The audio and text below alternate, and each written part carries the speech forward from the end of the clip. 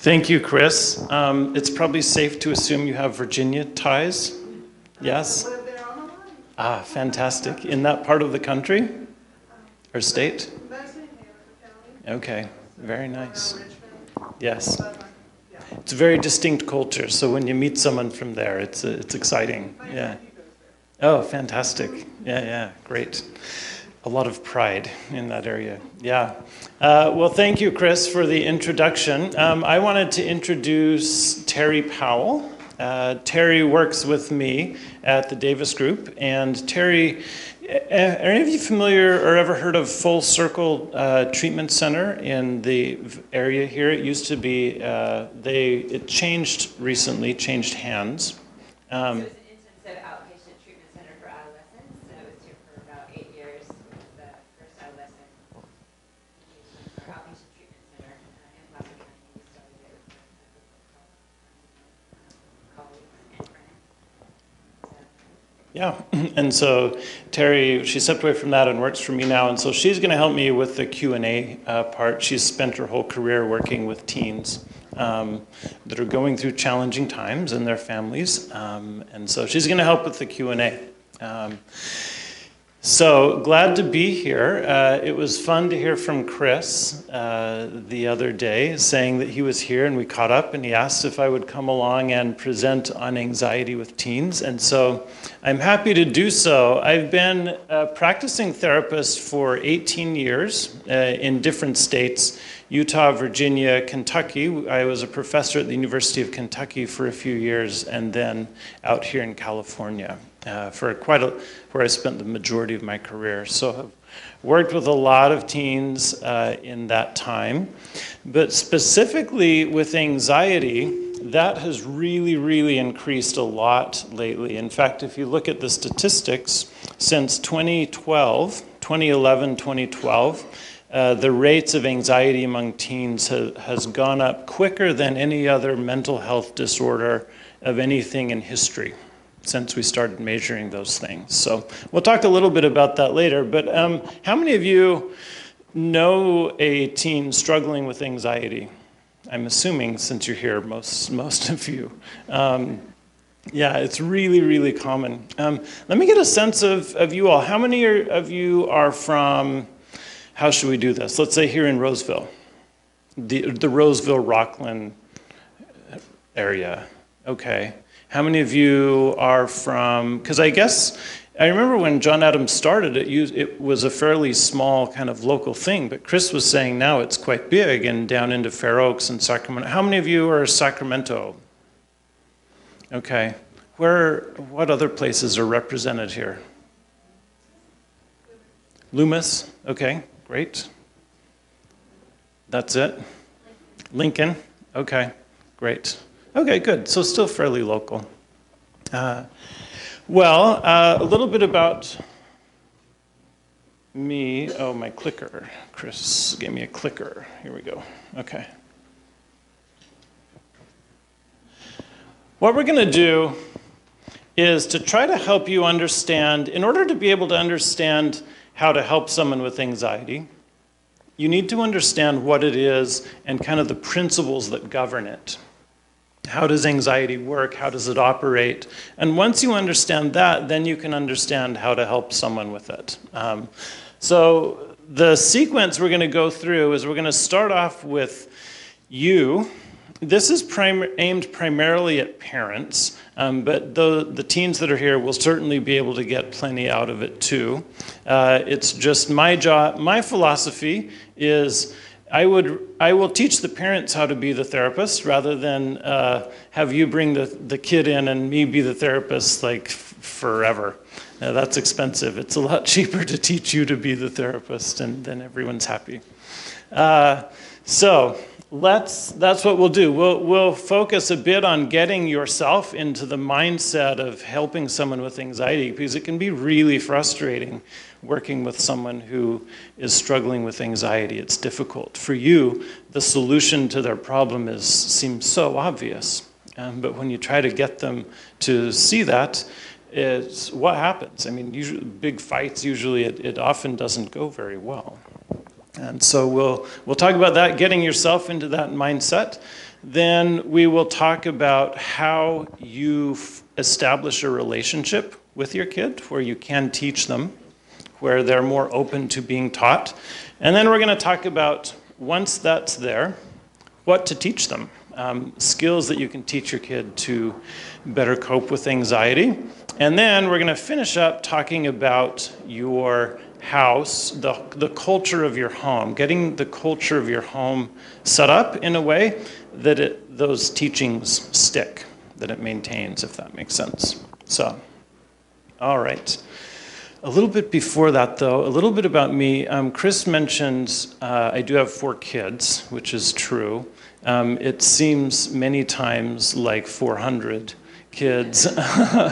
And I remember when I was in grad school, or no, this was undergrad a long time ago, and I was a family studies undergrad major, which is a very good way to spend your life working in fast food or something like that. You can't do much with that bachelor's.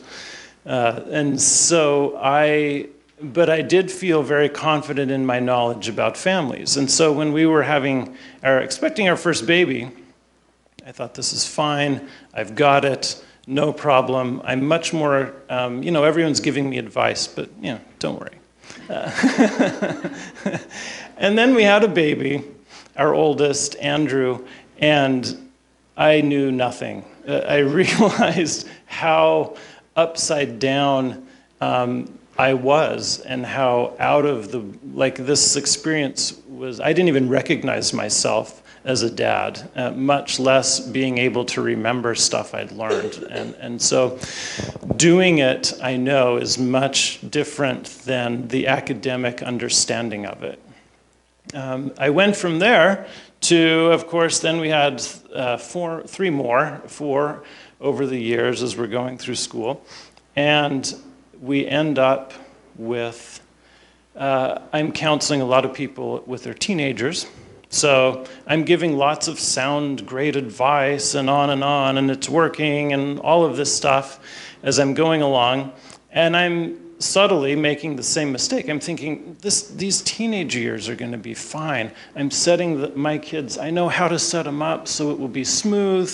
And those are problems that other people are struggling with. I won't, it'll be fine.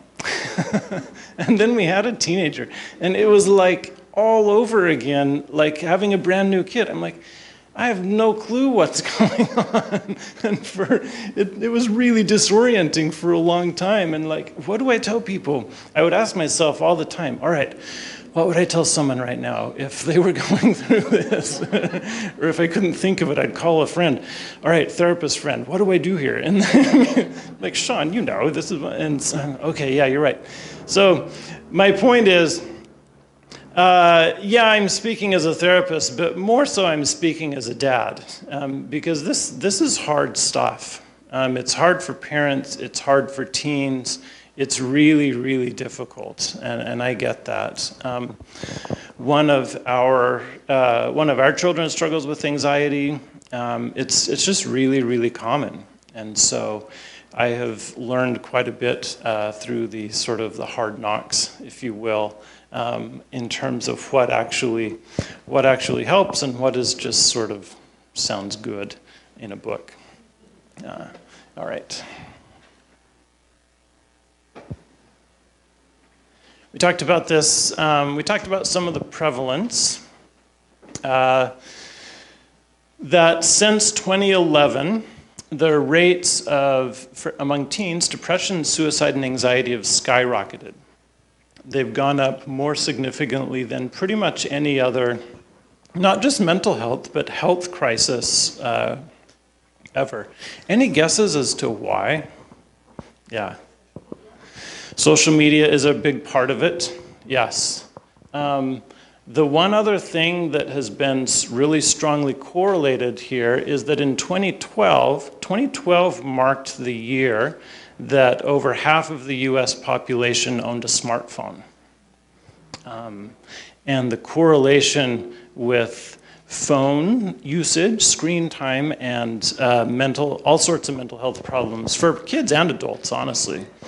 We just talk about kids because we're adults and it's easy to be in denial and just like point the other day I was getting after my kids to get off their screens. And then they're like, okay, fine. And they came down and I'm on my iPad. And they're like, well, Dad, it's after 8 o'clock. I'm like, all right, you're right. And so, it's easier to talk about what's wrong with kids than us, right? But there are real concerns. And so we'll get into that.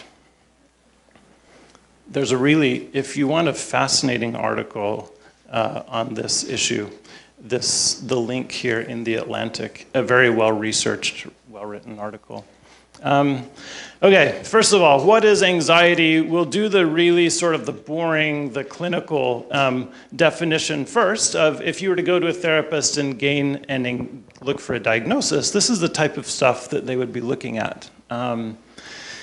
Edginess or restlessness. Well, there's a few kinds of anxiety. Generalized anxiety is for someone who is just sort of anxious all the time. Like you're on edge, you're uneasy, you're not really sure why. It feels like something bad is going to happen or the floor is going to go out from under you.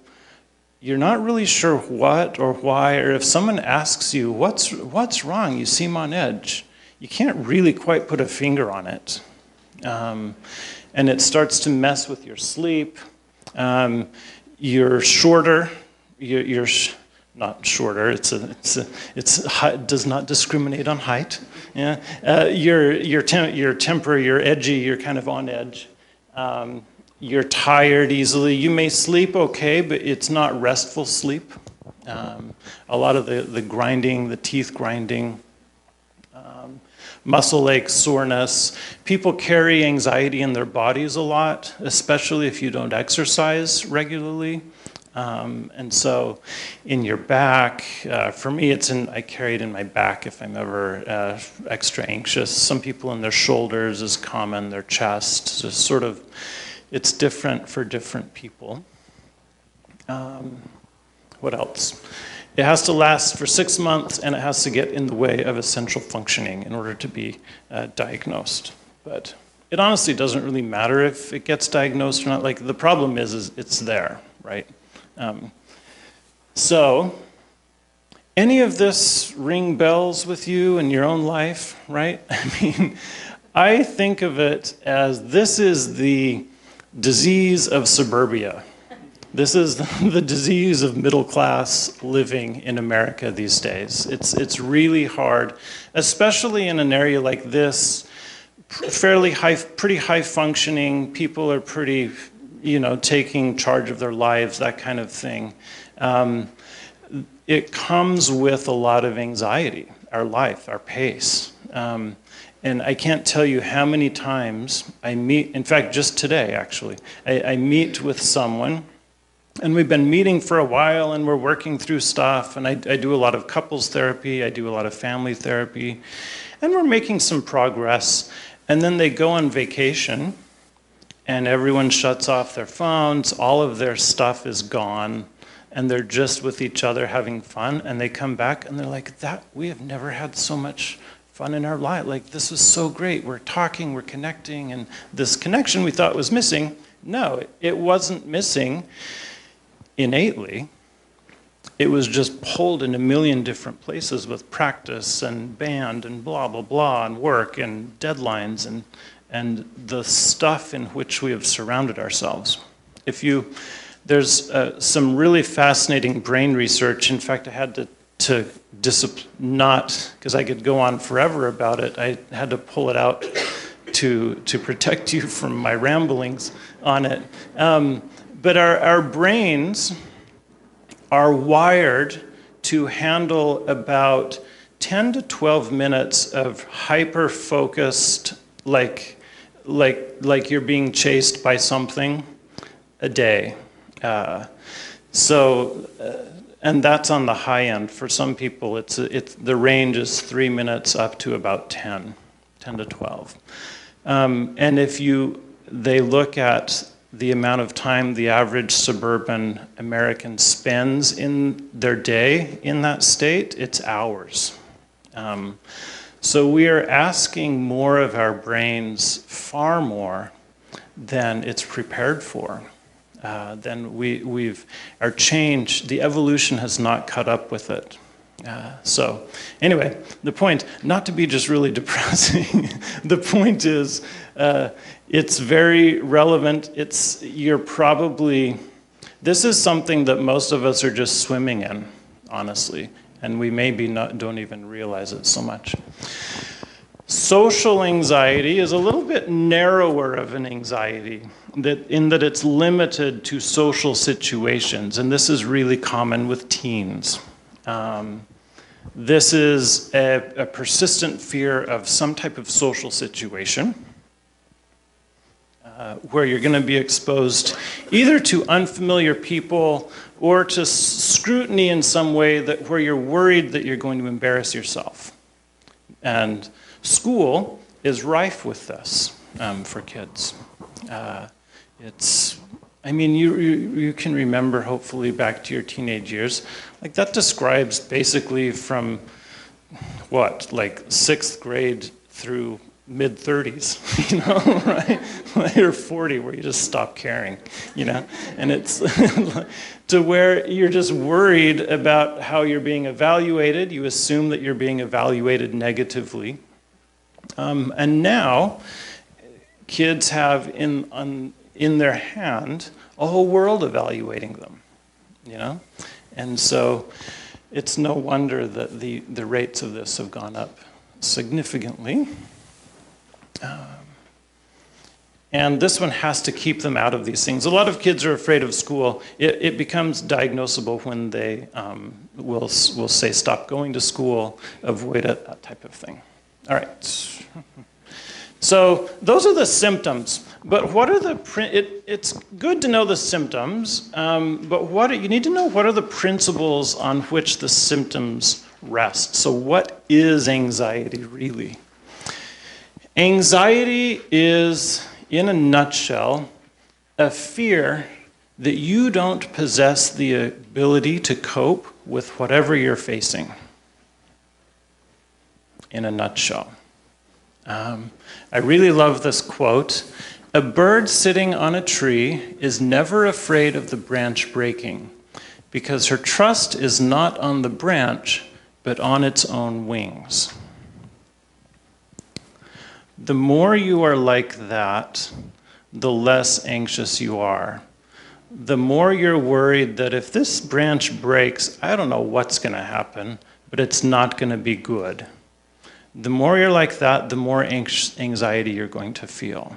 Does that make sense? So it's basically this sort of pervasive feeling that I don't know that I'm going to be able to do this. Sometimes it can be really narrow or limited to certain things, but sometimes it's big. Sometimes it's big life stuff, like what's going on here? Like when recently a friend of mine died, and in the circle of, it's been interesting to watch how all of us grieve, and some of the friends who don't have a very strong belief about, what happens in those cases have really struggled with a lot of anxiety. It's brought their own kind of mortality into focus, and boy, I don't know what happened. I don't know. And so it can be about big stuff like that, or it can be about narrow stuff, certain aspects of your life. So that's important to know when you're trying to help your children. So if it is a fear that you're not up for the task, well, first of all, anxiety is not bad in and of itself. If you had no anxiety, what would your life look like? Anyone? Boring, dull, sure, unemployed, whatever. I don't know where my kids are. What am I supposed to? I have kids. What is good about anxiety? Yeah, it keeps us going. It reminds us, like, okay, buddy, you've got to step up here. Like, you've got something coming that you need to prepare for. You know, way back when, with our cavemen relatives, it's like, okay, something just growled.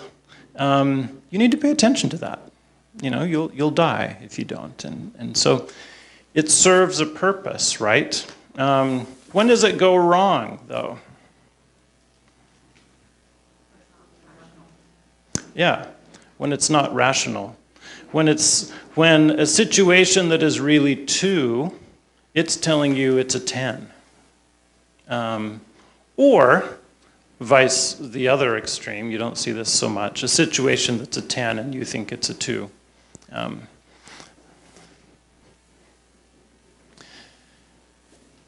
Too little anxiety, and some of you may have this situation, we'll call it, with your kids on the couch or video games or whatever. It's like too little anxiety. You're trying to convince them, you do need to be worried. Life is coming and this is not going to work. And you're wishing they had a little more anxiety. You know, if we could just distribute all the kids' anxiety equally, they'd be fine, right? But it would be nice. But too much anxiety, of course, is then you're always on, you're always keyed up, and you're always overthinking, overacting, over-responding to stuff, and you just get exhausted, and everything starts to seem like a threat.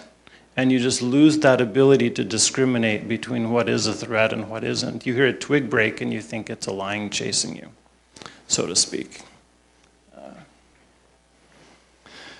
So, given that, if you could create the perfect anxiety-free person, this is how their brain would work. So this is sort of the goal. You are able to kind of accurately assess your ability and in relation to the thing that you're anxious about, and you could respond accordingly. One response is be like, yeah, I can do this. Okay, I have to give a presentation tonight. I've given 1 million of these. Okay, cool, I can do this. Another one is, oh, I'm not really up for this, but I better figure it out. I'm not good at this, but can I become good at this? What do I need to do to become good? Here's what I need to do to become good, and I can do that. Okay, fair enough. Option 3, you avoid the challenge altogether because it ain't going to happen. Like if they called me up today and said, hey, Sean, we need you to fill in for, whoever with whatever Kings player. My anxiety would go through the roof, and for good reason, because I'm not no, I don't do that. I can't. It's going to be horrible. And there's no amount of prep I can do that will give you what you want in me. It's not going to happen. So sometimes sometimes it's right to say, no, I can't do this, and I'm not going to be able to. Like, that's an acceptable outcome sometimes. So basically, anxiety will, if it was good, you would be able to accurately assess all of the threats, all the stuff in front of you, and put it in the correct box, right? Correct one of these 3 boxes. So that's part of what your goal is with your kids, is to help them do that.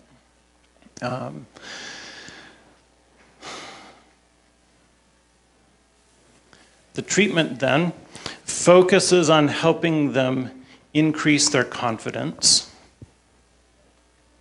through increasing their ability to cope with their challenges. So as they're better able to discriminate and identify what they can work on, they're better able to actually do it, and then they become more confident.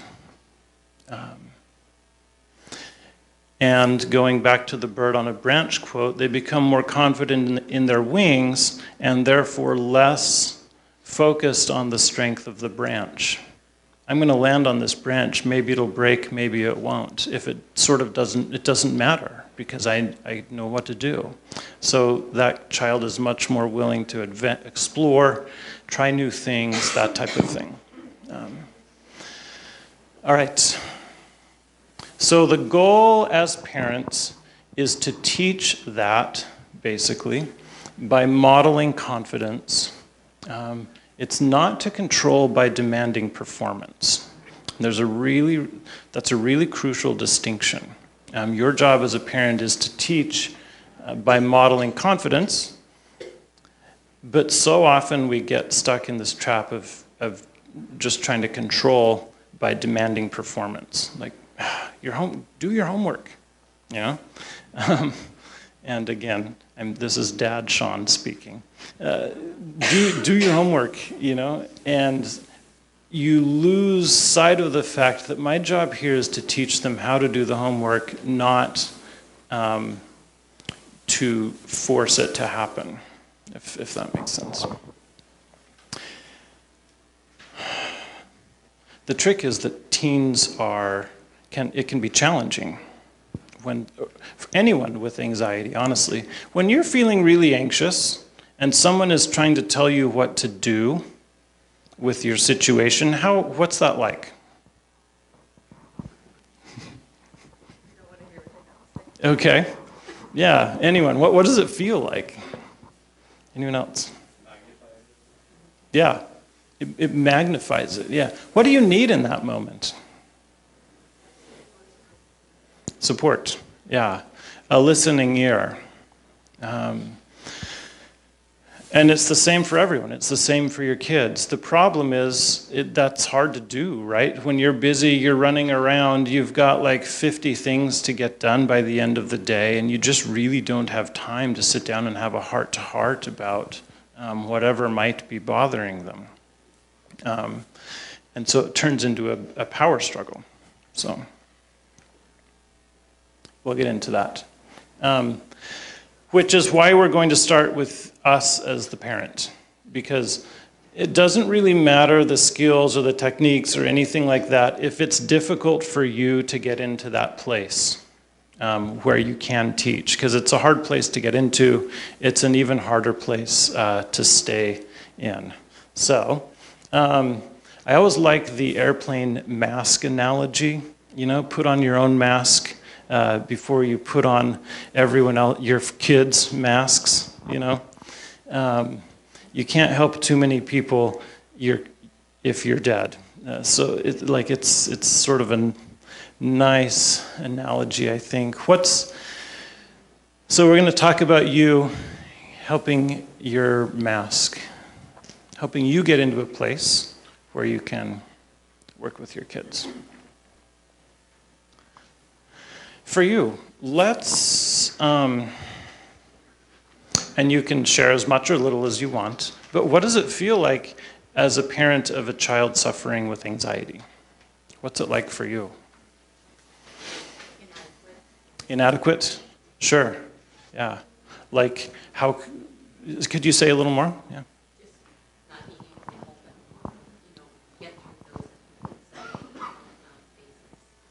Yeah. Yeah, it's really frustrating and sad, that feeling of inadequacy. Like, I'm trying. It's like not a lack of investment, right? We're trying. I'm giving them sound advice. Like, I know if they would do these things, it would work, and yet they're not. It seems like it's just bounces right off and slides down and has no impact. Yeah, it's sad in that regard, yeah.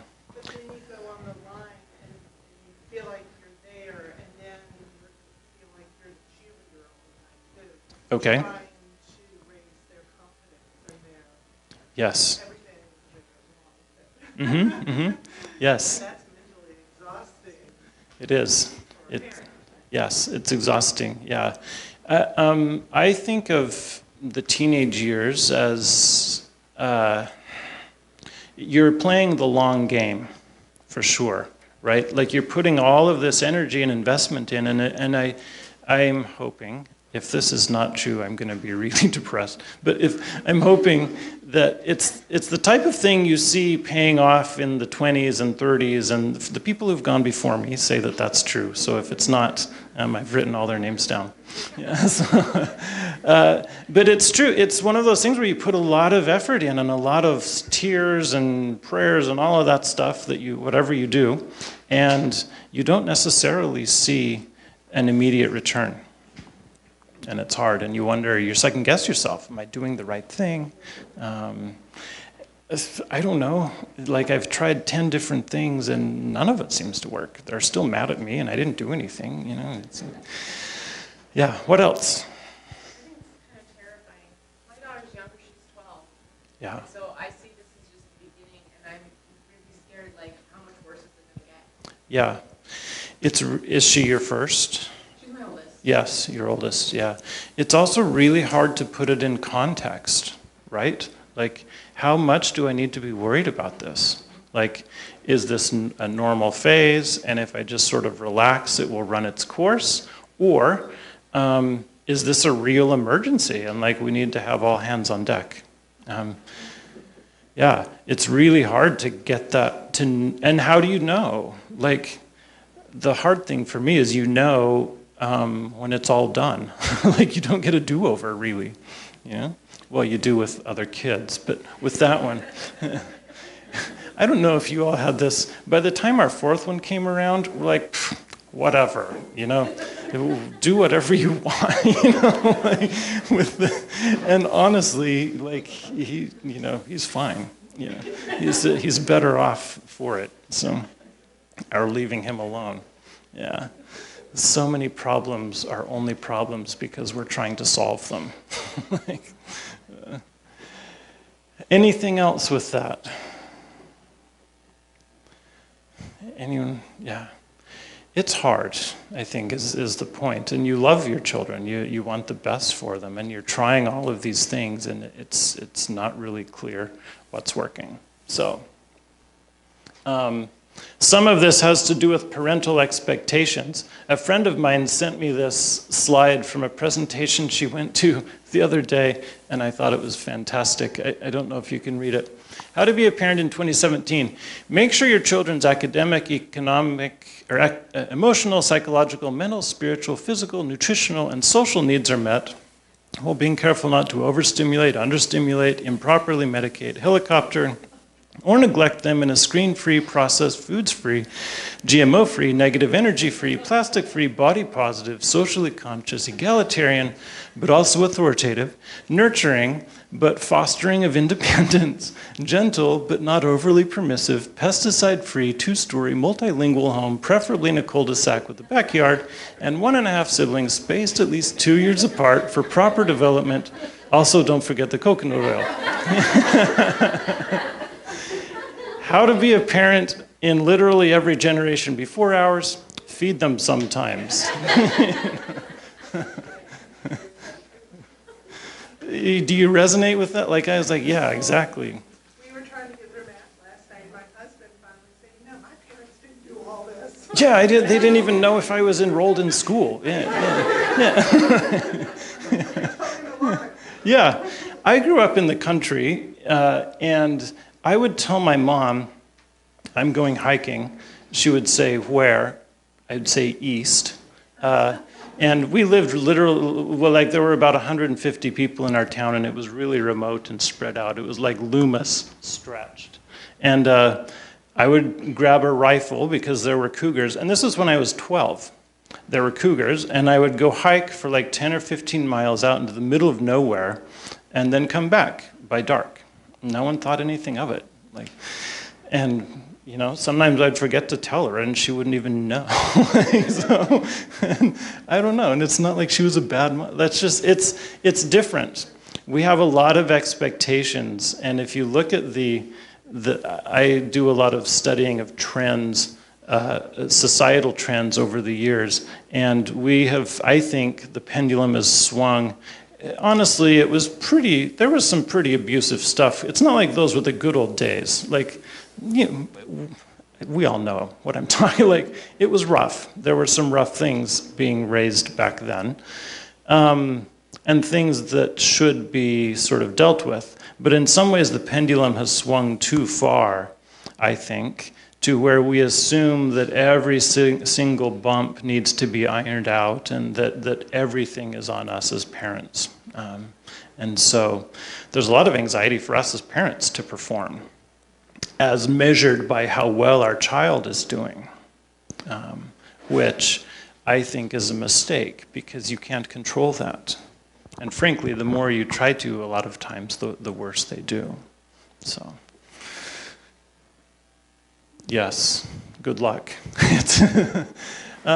One thing that I find helpful is this idea. If you are willing to look at another person's behavior towards you as a reflection of the state of their relationship with themselves, rather than a statement about your value as a person, then you will, over time, cease to react at all. So if you replace that with parents and children, if you are willing to look at your child's behavior towards you as a reflection of the state of their relationship with themselves, rather than a statement about your value as a mom or as a dad, then you will, over a period of time, cease to react at all. Yeah.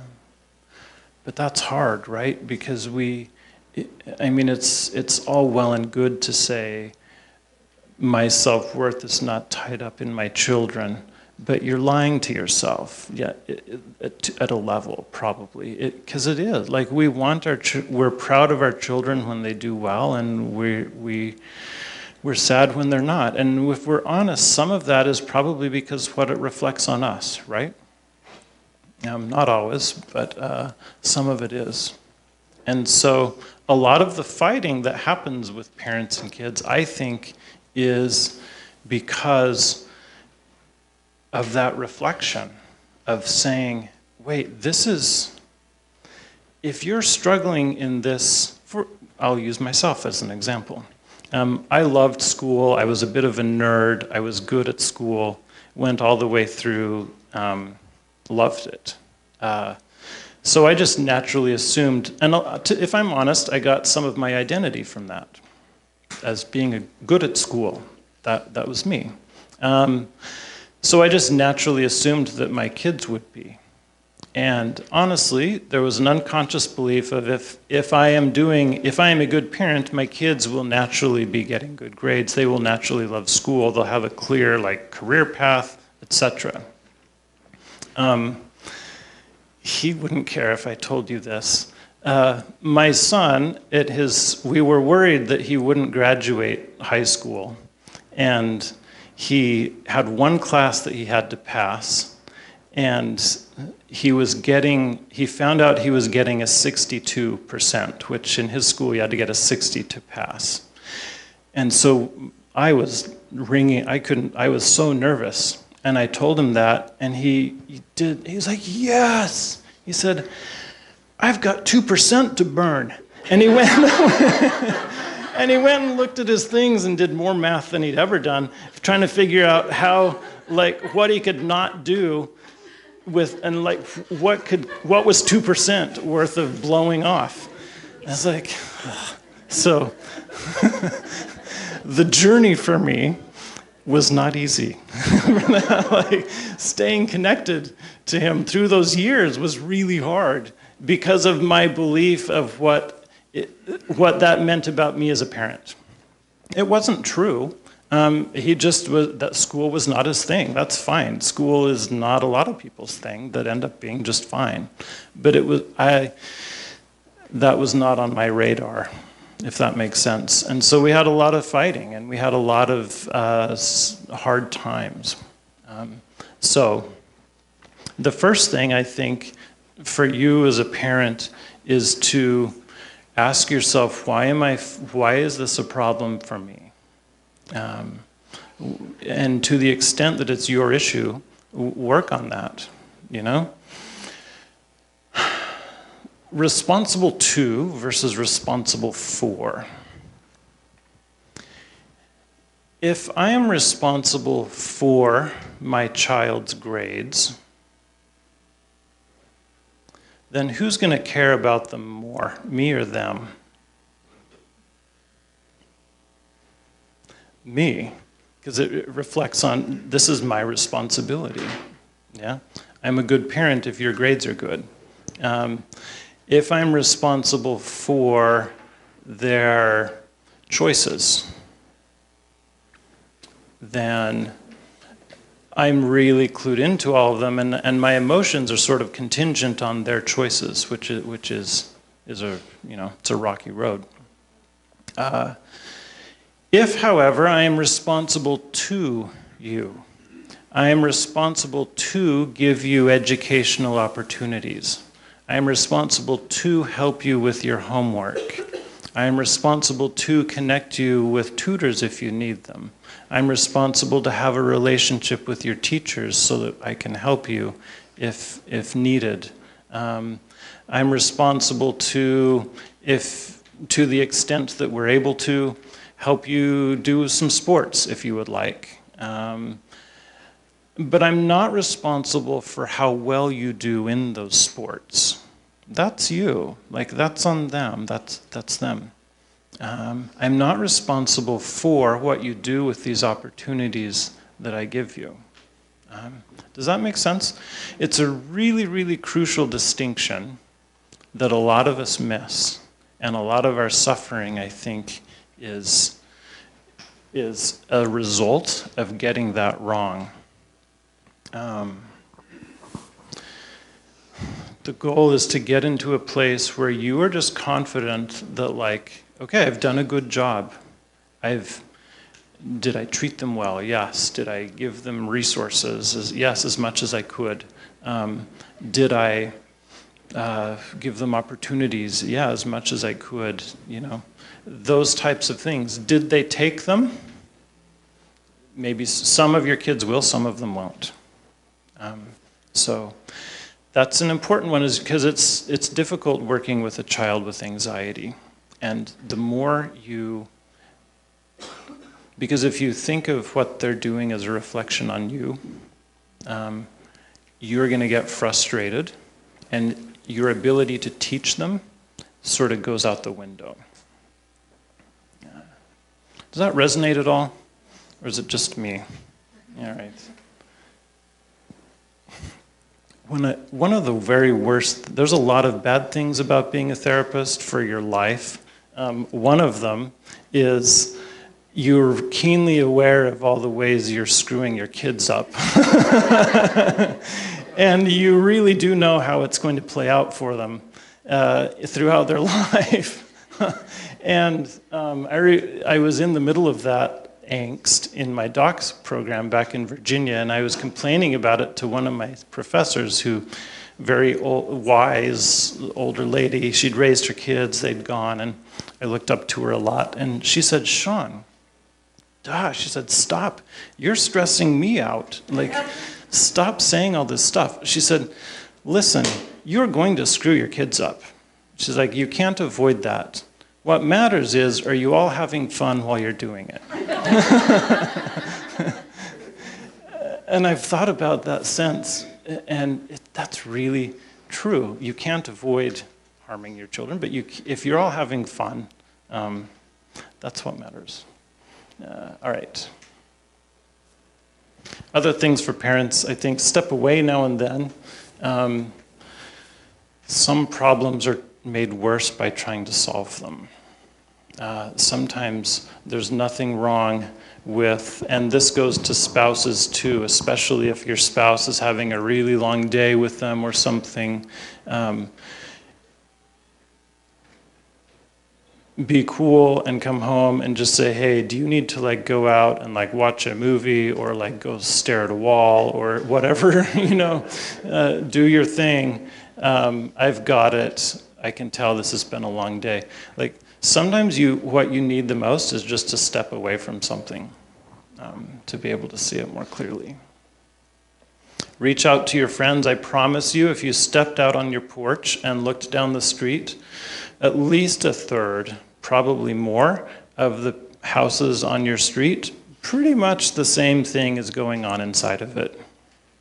That's another thing of being a therapist that you realize is we're all in the same, swimming in the same soup. Yeah. But you all, what do you all do that has helped you as parents with stay engaged with your children that are struggling with anxiety? Ignore, okay. Sometimes, yeah, you can't pick up the other end of every stick. Yeah. Okay. Other people. Yes.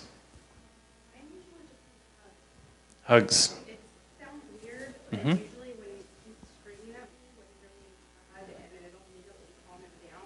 Yes. And he'll start apologizing for his behavior. And that Yes. takes forever to figure out. Mm-hmm. I'm sorry, but when somebody's screaming at you, your first indication is to hug him. Exactly. Especially if you didn't do anything wrong. You probably just made him dinner. Yeah. Yes. That's a very good point. I'm glad you brought that up. Oftentimes, with all of the brain things going on during the teenage years, the ability to regulate themselves emotionally is really difficult, much harder than for you and I. And so recognizing usually negative emotion is a sign that they need you. They need a comforting presence. The other day, my daughter was in. She was really upset about something and really grumpy and being pretty not nice to us. And we, I just went in and I said, "It seems like you're having a hard day." I said, I'm sorry. I just want you to know that I'm thinking of you." And I left. And then I could hear, because she didn't want me around, but then I could hear her in there crying. And then I went in a little bit later, and she started talking. And my initial reaction was to go in and be like, "Oh, what? Like, it's just homework. Do it. Read a book. Like, it's, you know." But it doesn't work. Okay. So I had to think, okay, anxiety, I have an hour and a half. What can we talk? What's the one thing I could send you home with? And honestly, the one thing that will do more towards helping you teach your child how to deal with anxiety is empathy. It's a really simple concept, and I think it takes a lifetime to master. So we'll talk about it here a little bit. What is empathy? It's essentially seeing another person's world through their eyes as much as possible, and then effectively communicating that to them.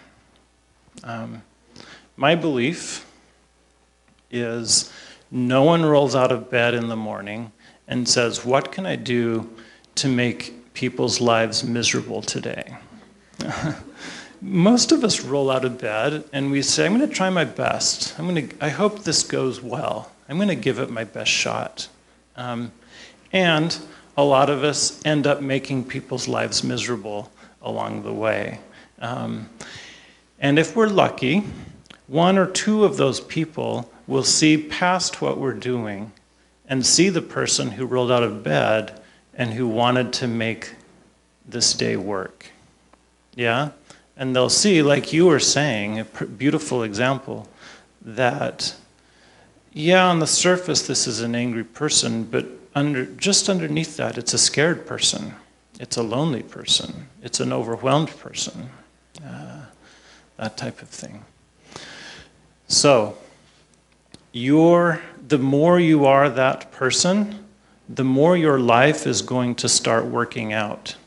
I promise you, because you'll stop seeing people as threats, and you'll start seeing people as we're all going through some degree of difficulty, right? And if you can see, and everyone wants someone on their side.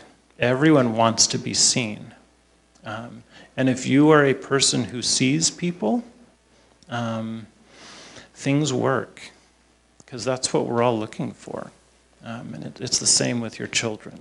Especially with your children, though you won't get an immediate reward. What empathy is not. People often say, oh, that's too soft and floofy. Empathy is not agreement. Just because you see things the way someone else does doesn't mean you agree or you reach the same conclusion as they do. Nor do you have to. Honorable people can disagree, right? It's not giving permission. Just because you can understand why they did something and what it felt like during all that, it doesn't mean that you're going to tell them it's okay or that you should. It's also not giving advice, and this is where we get tripped up a lot, especially men. Empathy is I understand what your problem is, and here's how you solve it. No, that's not empathy. Oops.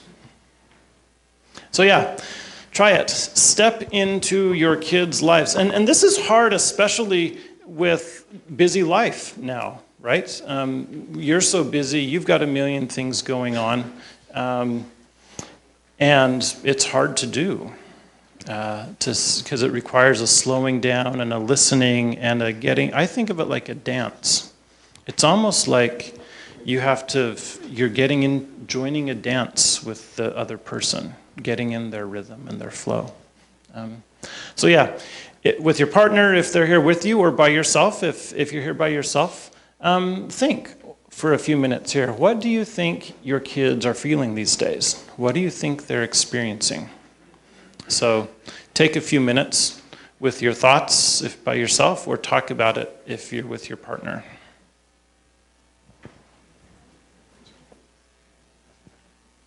Or if they're here, you can ask them.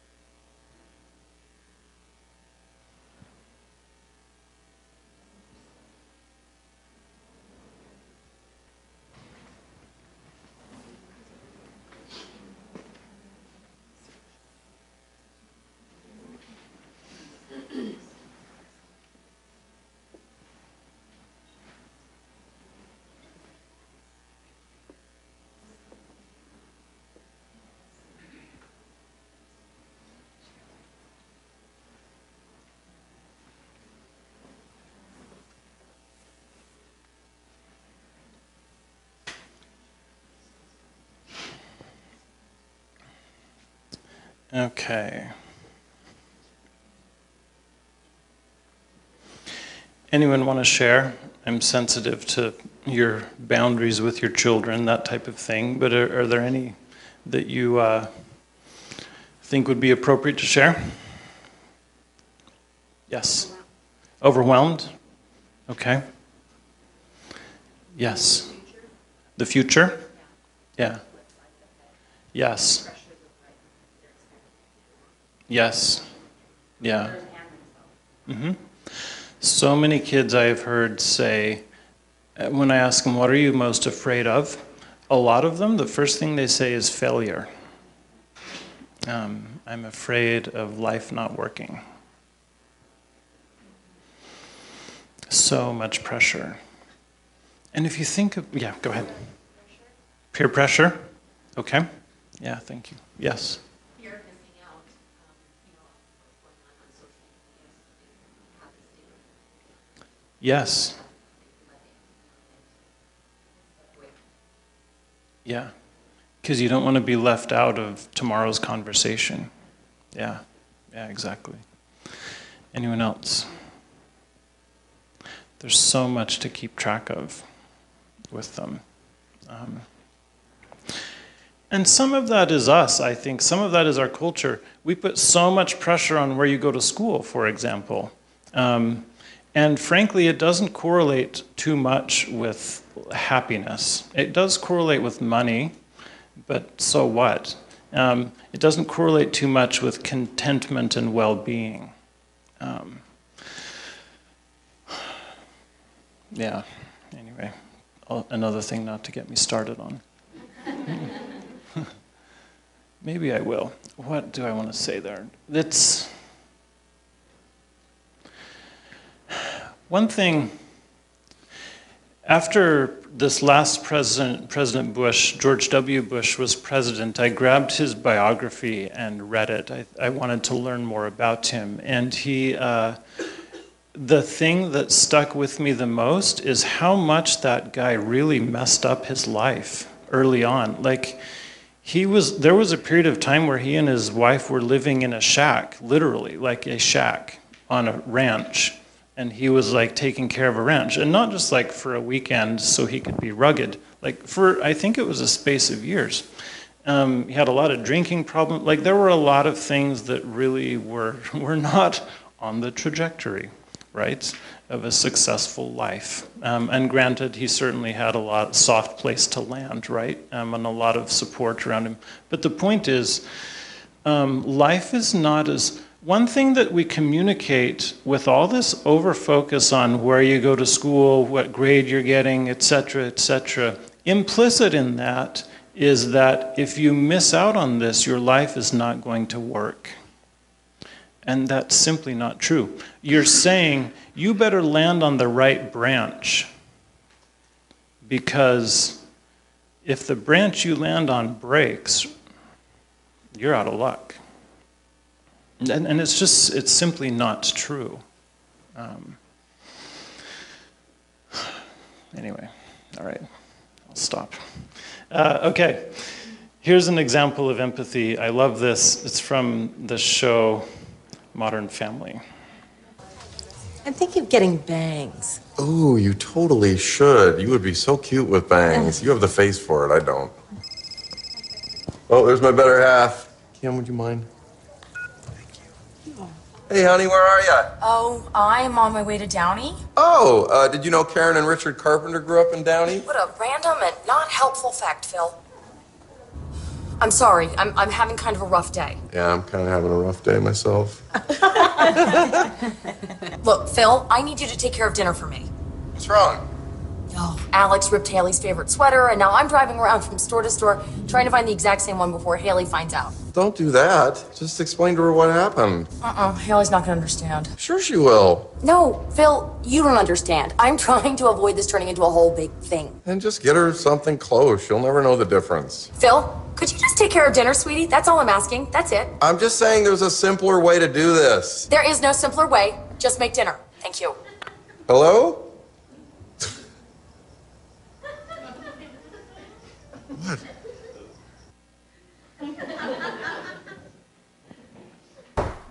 Okay, I'm confused. You're saying that if she tells me she has a problem, I'm not supposed to help her? Not unless she asks for your help. But if she lets me help her, I can make her problem go away. That is such a male thing to say. Well, forgive me for being a man. Mango or kiwi? Ooh, kiwi. When you say, do this or do that, all she's hearing is, I'm smarter than you. Believe me, she doesn't think that. She doesn't want you to solve her problems. She just wants you to give her support so that she can solve her problems herself. Yes, and sometimes she just wants a sympathetic ear. Whoa. Whoa. Maybe it's all the creams, but that just made sense, girlfriends. So if Claire says, I hate getting stuck in traffic, I shouldn't say, maybe you should leave earlier, or don't get on the freeway. I should just say, I know, it's so frustrating. Yes, that's Really? Yes. And if she says, the waiter I had today was so rude, I shouldn't say, maybe you should just order something on the menu for once. No. I should just say, what a jerk. Yes! And if she says, Phil, the TV's driving me crazy, I should just say, I know, there is not enough quality programming for women. No. Turn off the damn TV. Okay, now I'm confused again.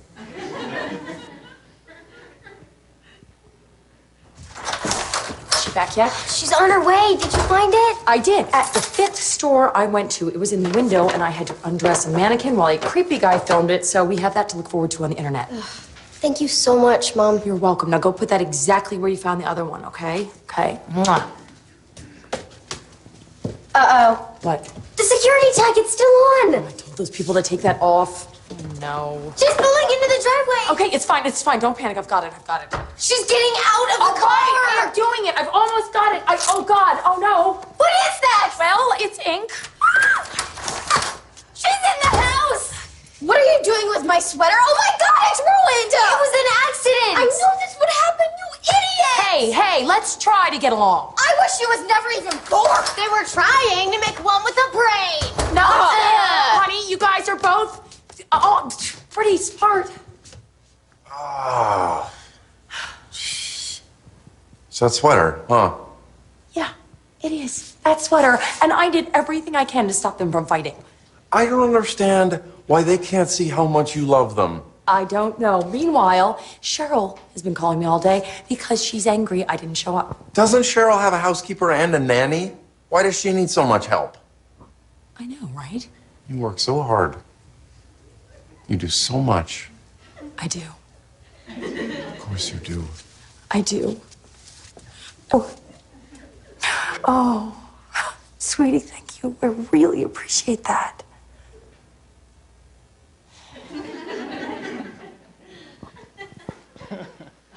All right. I'm thinking of getting bed. All right. Thoughts? So true. So true. Yeah, that's all you need. Yeah. I remember my very first clients telling the husband that, I'm like, seriously, just listen. It's like, it can't be that easy. It's like, I promise it is. They had a car trip to Vegas coming up. I'm like, just listen the whole time. And it's like, whatever. But he tried it, and they loved it. He's like, this is so easy. Like, it can't be this easy. Like, it really is. Yes. You can resonate though, right? Like it's not how often, like more often than not, what response is she going to get from Phil as to that whole drama at the end? I told you, yeah, exactly. What? Come on. Yeah, exactly. And is it wrong? Shouldn't he be like teaching a lesson? Like, is it wrong of him to sort of just validate there? No. And the same principle applies with your kids. That's what they need. There's the added challenge of, due to the brain development and all of that, they're kind of extra prickly sometimes. And so it's harder to give them the hug, proverbially or really. But it's still necessary. All right. So some of the specific skills with this. The first one is to ask questions or make statements that keep the focus on them.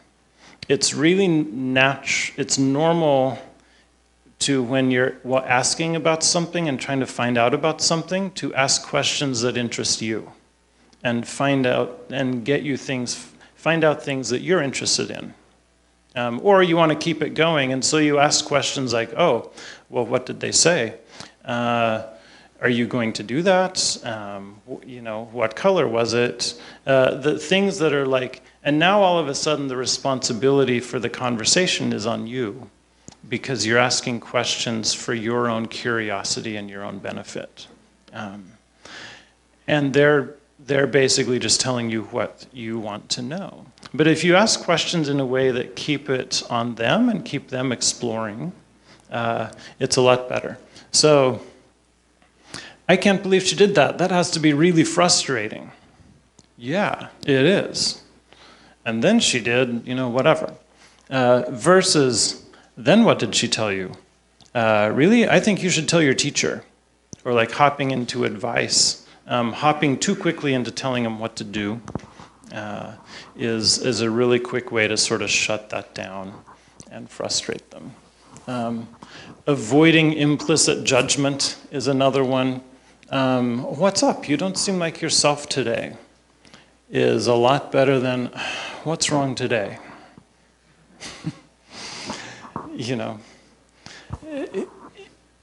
so much, honestly, 90% of this stuff is tone of voice.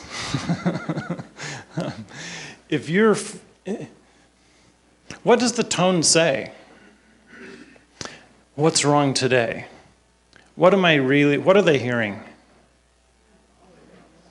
Something's always wrong. You're such a drama queen. Yeah. What else? Yes. You are a burden to me.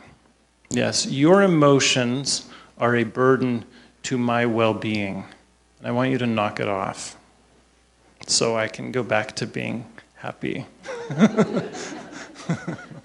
Yeah. Which may be true.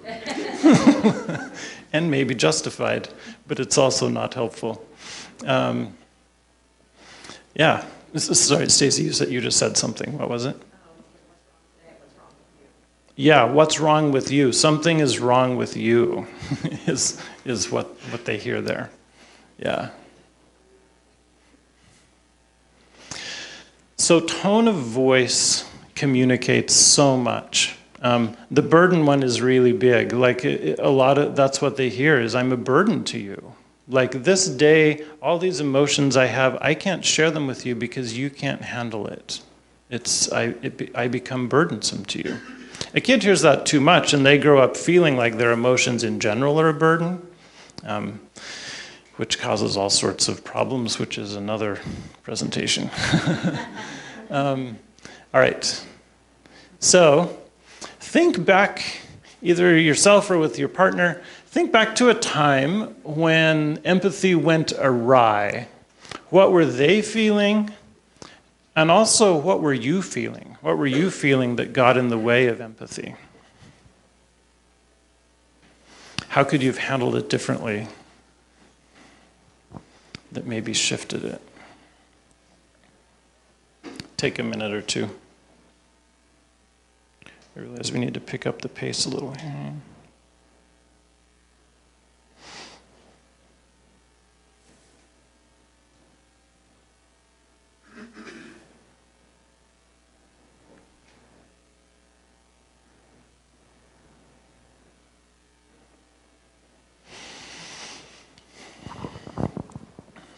Anyone want to share?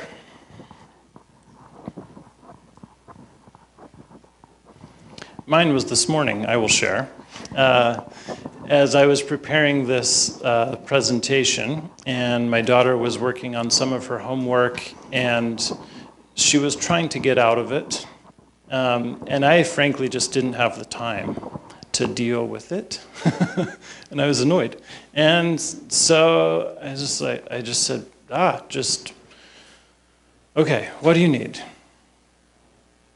And just that little tone, oh, fine, you know. Liz. If I were to go back, I would say, it seems like you're really frustrated. It seems like this is really upsetting you and frustrating. Yes, I can understand that. I'm working on my thing right now, so I'm not able to help you. Is there something else you can do, something like that to find a solution and then help her tonight when I go home? Anyone else want to? Yes? Our son wants to play history, has to play pro football. Okay. So his grades haven't been very, Yeah. stable, and so he's thinking like that dream just not going to happen. Yeah. Right, he's just frustrated. So Mm-hmm. our response is like, well, get better grades. Not, Yeah. I don't think we've been very empathetic with our responses. Right. Yeah, because to you the solution is obvious. Well, yeah, if 1 + 1 = 2. I mean, yeah, but it's usually more complicated like that. And it's really hard when you see them sabotaging. I just had a conversation with someone who their kid was on track to was doing really great to meet these pretty lofty goals, and it looked like he was going to. And then midway through his junior year, he's like, I'm done with this. and things just started to tank, and they're panicking. And now they're having to do a lot of introspection on like, why did we want this? And what do we really want here? Can we be okay with him not reaching these goals? And if not, well, why not? And if so, then what's our new reality? And so they're having to ask a lot of new questions. But before they were doing that, it was fights all the time. So. I have two daughters, and Yeah. I was sitting here thinking about how differently I do treat them, and even though one tells me all the time to treat her so much differently than you treat me, but one of my daughters is full of it. I mean, she just has it pouring out of her. Yes. You know, if I'm having a hard day, she's the one who comes and gives me a hug. Yeah. You know, and so they do get treated differently. And it's like, why can't I put it that level of empathy for one, you know? Right. Cool, you know? Yes. Why can't you just do that? Yeah. It's hard. Yeah. Some kids are easier to wrap your arms around than others. Yeah. Metaphorically. Yeah. One more. Yeah, go ahead. I don't think about that one with our kids because the one that needs the hug is when he's starting to blow or like you can love right now for that area. But I have another one that's just like you need to get on with it. And I have another one that I have 4 and they're all so different and so we flat don't even fall into that trap when they try to tell us we parent differently. We're like, Bill, you're each different. So I don't know. I would suggest don't beat yourself up about it. Yeah. It is. They need different things from you. Yeah, you can have the same principle. Like our children will sometimes get upset about, well, why does this kid get whatever? And we'll say, well, because they did this. And if you do that, you also will get it. And, you can have the same principles, but apply them differently. Yeah. Okay, a couple things. We'll move along here. You can validate feelings without giving them permission to do something that is wrong or that goes against your family values. So, man, it sounds like you're really upset. Yeah, I want to just go, whatever, spread a bunch of gossip or something like that about her. Yeah, no, I can understand how that sometimes the fantasy of doing something like that is pretty gratifying. Yeah. I'm not going to let you. So I get it, but you can't. What else could you do? And then keep going through that until they come to something. Usually, if you just are a listening ear, they will figure it out on their own, most of the time. But sometimes they do need an extra little sort of walking through it. And in that case, that's how you do it. You just say, okay, well, what do you want to try? You don't want to do your homework. I understand. I don't want to do a lot of stuff. I get how that feeling is. You can't just not do work. How should we do this? How do you want to tackle it? Well, maybe I could try this. Okay, yeah, that makes sense. And you keep talking through it that way. What you don't do is say, all right, just do this, stop arguing. That's not going to get anywhere. All right. We talked about this.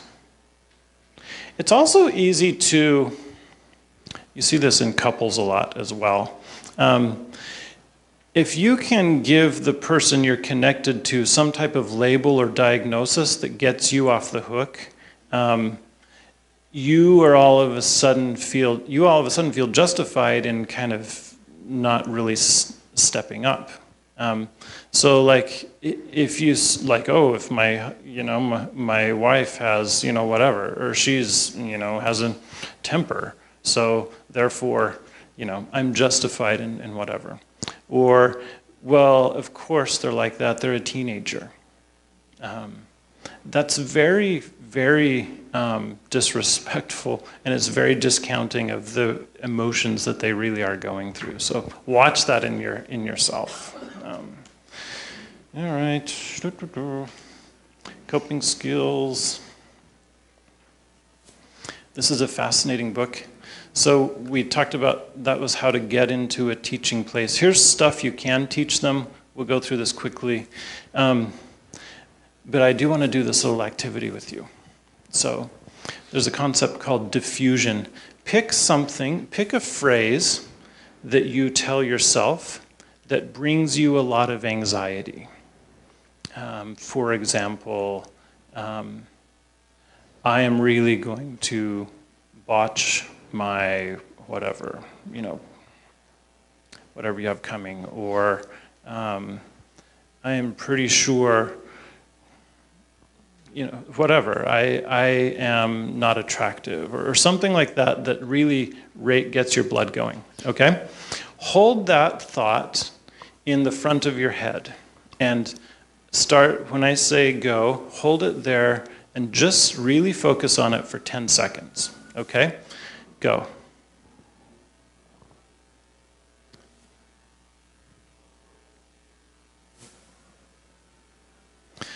Okay.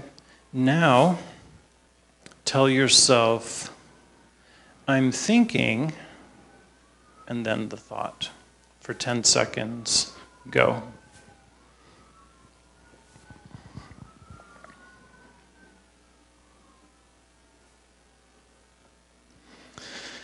Now, tell yourself, I notice that I'm thinking, whatever the thought is.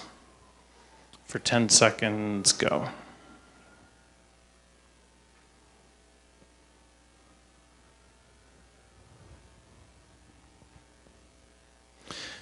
Okay.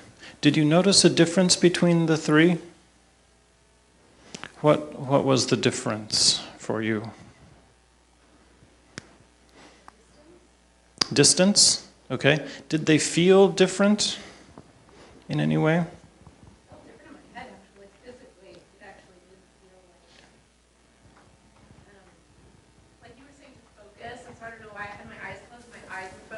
I felt more relaxed as I distanced myself with words from it. Right. Yeah. Yes. Yes. The last one seemed more manageable.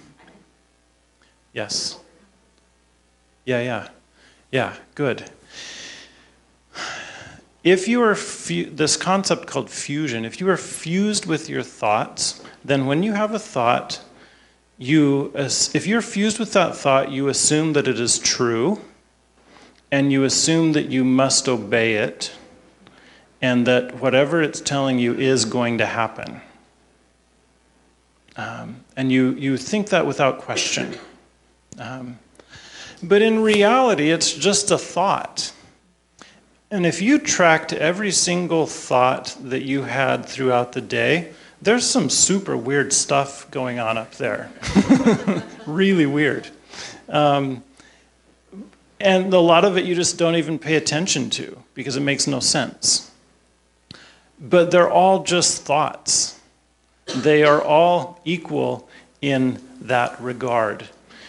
It's just for whatever reason over your life, you've chosen to believe certain of your thoughts without even questioning them. And some anymore. And some of those are not helpful. Some of those are really bring you a lot of anxiety. And so there's this process of diffusion, we call it, to where you just learn to separate yourself from your thoughts and just notice when you're having one, okay, I'm having that thought. I'm experiencing a thought right now that says, you are going to really mess this up.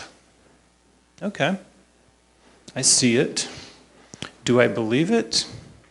I mean, yeah, if I don't do anything, I probably will, but as opposed to, you're really going to screw this up. Oh no. There's a huge difference. The first one is nothing, it's just the thought, yeah. The second one is I'm thinking, and then the thought. The third one is, I notice that I'm thinking. Yeah, you're welcome. Think of thoughts like items on a restaurant menu. You go to the restaurant, you open the menu, you see all this stuff. Just because it's there doesn't mean you have to order it. Or even if you order it, you don't even have to eat it then. You don't even have to stay at that restaurant. You can close it up and say no thank you and go on your way. Their presence means nothing in terms of what you have to do. And it's the same thing with thoughts. All right, yeah, that thought's up there. Okay. But being able to distance yourself from them is a really key skill. There is this book is really great for helping you with that. And there is a free app called Headspace. Any of you familiar with this? Oh yeah, Chris, great. It's fantastic, and it's free. It's 10-minute little guided kind of meditations. And for some of you, the word meditation might be like, all right, great, like let's roll out the mats and sing Kumbaya. It's not like that. It's not floofy. In Northern California, at least. And you can listen to them. It's 10 minutes. It walks you through these, just kind of getting you centered for the day. And I'm not big on most of these things, but this one really does make, you'll start to notice a difference in your calmness, just like within a couple of days. Super easy. They have 7 days, or maybe it's 10 days, I can't remember, that's free. But you can keep doing those over again. I'm really cheap. I just keep doing those over and over again. You can, of course, buy stuff on there, but you don't have to. We'll zip through this, then do some Q&A. What is versus what should be. A lot of people their anxiety comes from being upset that things are not the way they should be. And the sooner that they can let go of how things should be and focused on the way they are, the better. I often will have couples, for example, say, well, he's supposed to be doing this. I'll say, okay, maybe that's true, but he's not. And so now what? No, he needs to. Sure. Even if you're right, so what? He's not doing that. It's the same thing with anxiety. A lot of people get hung up on how things should be. All right, what else? Balancing preparation and action. Overthinking. Everything requires both of these, and people get off when they spend too much time on one or the other. Anxiety is usually spending too much time on the preparation part. ADHD is spending too much time on the action part and not enough on the, that's another presentation. Stinking thinking, a lot of anxiety has to do with thoughts.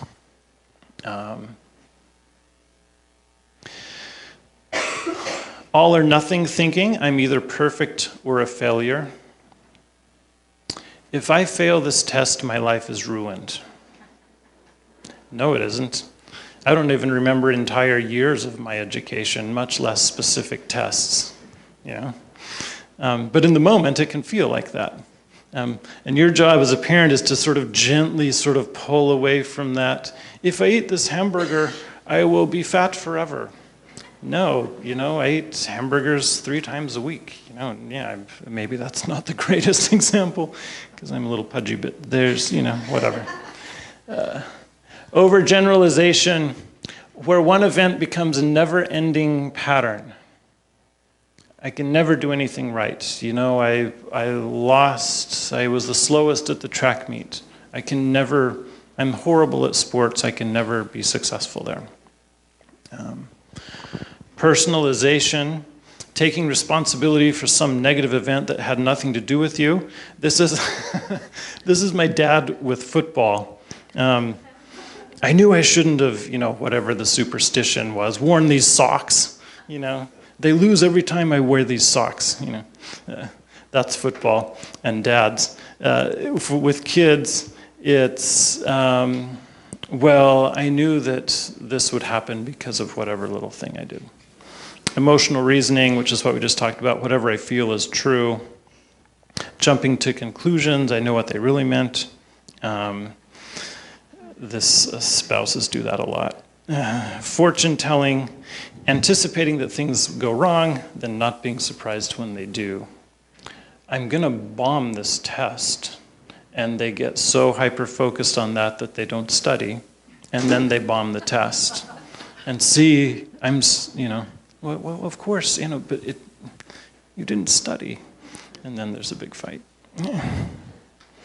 All right, attention biases. One thing with anxiety, people tend to really hyper-focus on one thing when they get anxious. They will focus on this one little task or one belief or thing that they have to do, to the point that it really loses perspective. They lose perspective.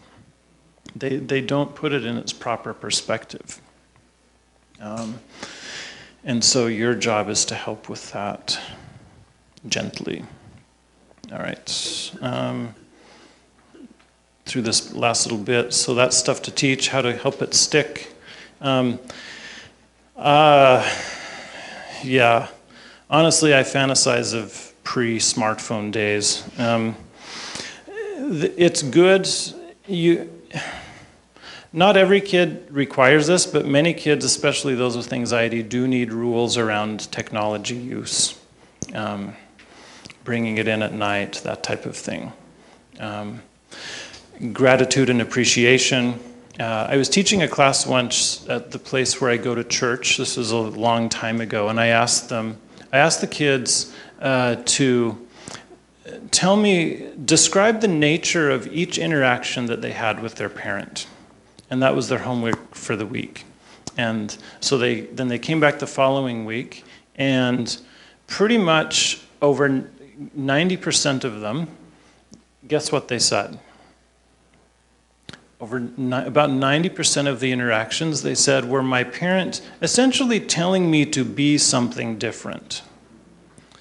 Do this, why are you doing that? Knock it off, go here, go there, stop, start, go here, something like that.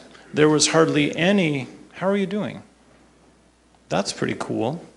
Oh wow, check that out. Hey, come look at this thing I'm doing. There was hardly any of that. And that's homework for you. Watch your interactions with your kids and how much of it is around correcting and guiding and molding versus plain old connecting. If you're like me, it's humbling. All right. Boundaries and routines. With teenagers, you have to develop mentally, they're growing towards more autonomy, and the task in the teenage years is to help them learn to not need you so much. And so you have to, in preparation for that, they need to learn how to kind of come up with rules based on their own conscience. And so rule formation becomes something you do collaboratively with them. Let's talk through this. Okay, it seems like it's not working for you to be out until 4 in the morning, which we just found out about. But I also understand you don't want to go to bed at 7 and have me tuck you in, and read you a good night story. So let's figure this out. How are we going to do bedtimes? And then talk it through. That's not giving up your power. It's using it responsibly. And you don't have to go along with something you don't agree with. But remember, in not too many years, they'll be out there doing whatever they want. And the only thing that you will have them then is the strength of your relationship with them and what you taught them. So the heavy hand in the teenage years often backfires at that point. warm yet firm enforcement. Let's see. Yeah. Expectation and support. It's fine to have high expectations, but you also have to have high support if you do. Or if you have really high support and really low expectations, what's going to happen with that one? Sort of a spoiled, like someone who's not very tough, basically. But if you have really high expectations and really low support, that's tough, that's exhausting. So try to balance those two things and never ever make your love and acceptance contingent on their performance. All right, sleep and diet is surprisingly, it's a lot of kids need help with that. Parents, another thing that I ask kids this, what do you wish your parents would do? And you'd be surprised how many of them say, I just wish they would apologize when they're wrong. I get that they mess up, fair enough, they're human. But stop trying to be so perfect, like you lose credibility. Like I would trust them more if they just owned up and said, I'm sorry. There's strength in that. All right. Okay, that's it. Thank you. Yeah.